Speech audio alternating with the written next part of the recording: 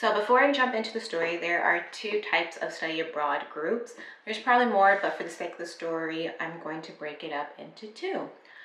Group A, Group B. Group A is when you apply for a school, you're part of this school, and they offer another program. There is Group B, where you literally apply for a different school in a different country, studying abroad. So now we're apartment hunting again. I started apartment hunting at the end of April, all the way through May, June. I was back in the States looking for apartments, 7 hours behind, by the way. They're 7 hours ahead. I did all my apartment looking online. Times have changed, scammers have gotten very clever, but that's how I did mine. So that's how I did mine. It wasn't broke, wasn't gonna fix it. This time around, I was going to move in with my friend Silvana, a friend I made through my summer program back in 2022. Her name is Silvana, shout out to her. We were going to live together. We found one apartment in July, the end of July. Yeah, it was the end of July, we found an apartment, but something was just not sitting right with me, which was strange because I did all my apartment hunting online, but this one was just not, it just wasn't it. And it's funny because looking back, it was clearly a scam. It was a scam. They almost got us. But God. So we didn't go through that apartment. She's like, yeah, if you're not comfortable, let's just not do it. I'm like, awesome, I appreciate that. I'm like, I feel comfortable living with her. I'm like, this is great. So we find another apartment. Everything's going smoothly and it's coming to the wire. Like, end of July, we thought we had an apartment. Not the case. We're now in August, still looking like day in, day out. I'm working, trying to find an apartment, calling people when I first wake up. Hopefully I get something, going through WhatsApp. And she's doing the same. So it's coming down to the wire about 2 weeks before I leave back to start school again. I had no place lined up. I'm like, why don't I have a place lined up? Like, this is insane. Why do I not have a place lined up? The market's that bad. Like, I just could not wrap my head around. I could not comprehend that. The last 2 weeks we found an apartment. Cool, lovely. At ease. I'm just like at ease. Like, there's so much like peace. Like, okay, this is gonna work out. Everything's fine. I can pack, say goodbye to my loved ones this time around. Because remember, the first time around, I didn't have time to say goodbye to my loved ones. But this time around, I wanted to make sure I said goodbye. I wanted to say goodbye as much as I could to everybody. So yeah, it was good. It was great. I get on my flight. Everything is smooth. There were some red flags going off on my phone with this group chat with my friend and the renter guy. And it's funny because I cannot send the money to this guy. Like, my money was not trying to go through this guy. Like, what is happening? Like, it's always something. I'm like, it's not a sign. I'm just like trying to rationalize this. Like, no, girl, whatever. So I'm at the airport and I notice this guy is like, I send my portion of the money, Savannah's gonna send hers later. I'm at the airport in Germany and this guy is just like sending it, like, send the money. And where I'm like, he's so pushy. He's gonna get his money. Like, here he has mine. Just relax, sir. I'm almost there. Like, we can talk in person. Just wait till I get there. We're almost there. Like, I'm almost there. I only have a few more hours. I'm in Germany. My classmate picks me up from the airport and we head over to the apartment.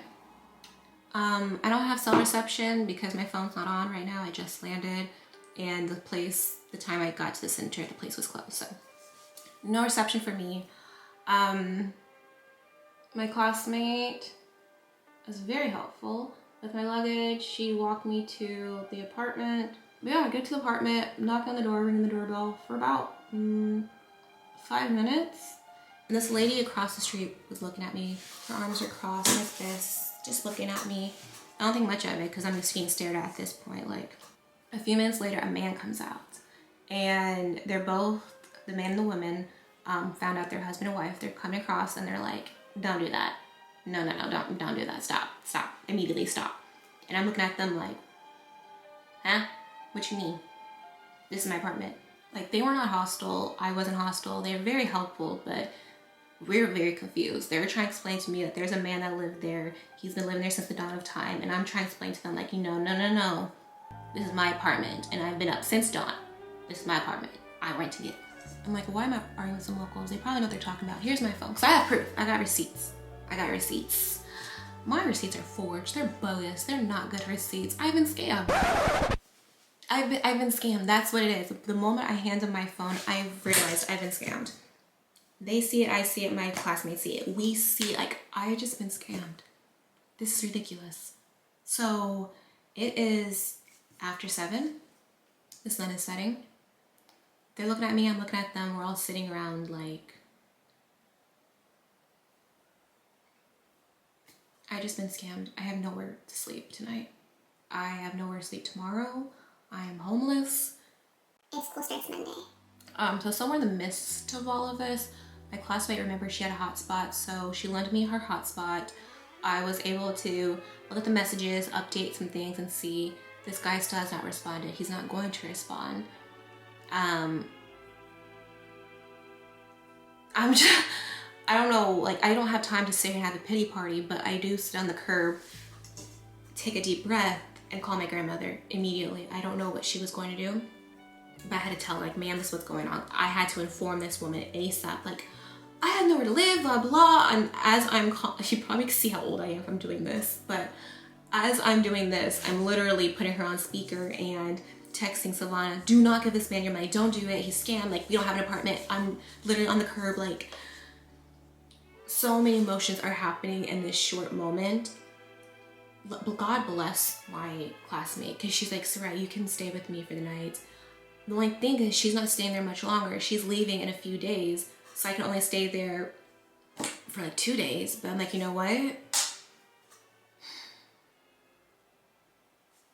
I need that. I'm going to do that.